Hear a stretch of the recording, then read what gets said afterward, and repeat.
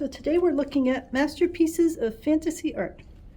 I grew up playing Dungeons and Dragons, and I love reading fantasy books and science fiction books, so these are the kind of art that I really enjoy, and they have a nice list of artists represented. Especially love Boris Vallejo. He has such a nice style, but all of them, Tim White, Michael Whelan, have a beautiful range of artists represented. We've got the content in 3 different languages. One of them is English, so you can read about the collection and a bit about the artists. And then the same thing here, you can see we've got 3 different languages.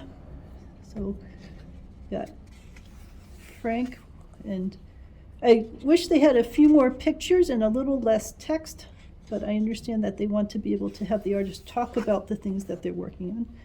I generally don't like it when they go across the spine, but at least here we get a nice clear image of the creature and a nice image of the 2 characters. They have a nice range of styles of art in here. Like this is a little more realistic with the details and with the color scheme, but it's still painterly in the sense that it isn't quite like a photograph. It isn't the same level of light and dark that you would see in a photograph. This is getting a little closer to a photograph level, but even so, this has got more of a painterly feel to it, which is fine. I enjoy painterly feels clearly since I'm an artist. I'm just saying that there are different levels of style represented here, and I enjoy that. Like this is even more painterly, less realistic, more representational, but I love the color use in the ocean.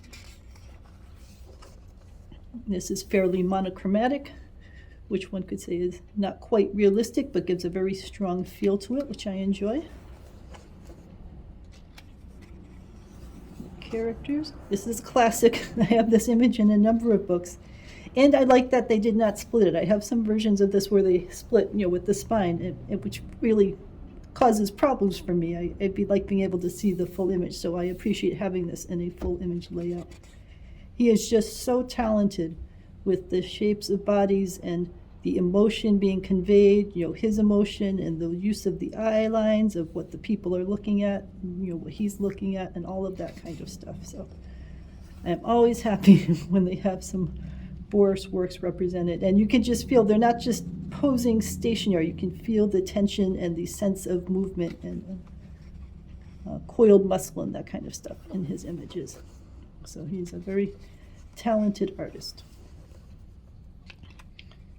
And the use of light and shadow and all of that kind of stuff. All right, so then we have, again, different styles from Richard. I love the use of the fabric feeling here.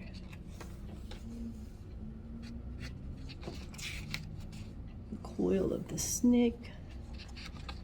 The sense of the mystic power in the background. The mistiness of this. And then the super detail of this with the eye and the little lashes peeking out. And just all sorts of nice pieces, each one different in its own way. So I like the entire set. I like being able to study them and look at the use of shadow and light and the way that the lines and eyes and such draw your attention through the picture. You really get a sense of the chase going on in here with the way this one's angled to come after the tail, and then the tail shape draws you around there. So clearly these are quite talented artists, and you just learn so much by looking through their pieces and getting a sense of how they constructed their scenes.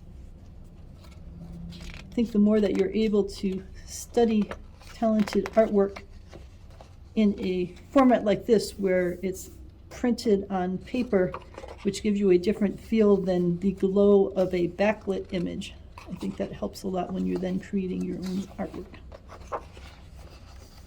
And like this one, some of the other ones were soft without a lot of contrast. This one you have quite a lot of contrast in here in all the details.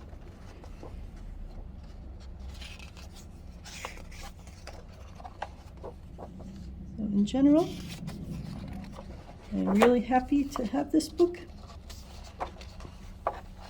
and I suggest seeing if you can get a copy of it. So ask with any questions.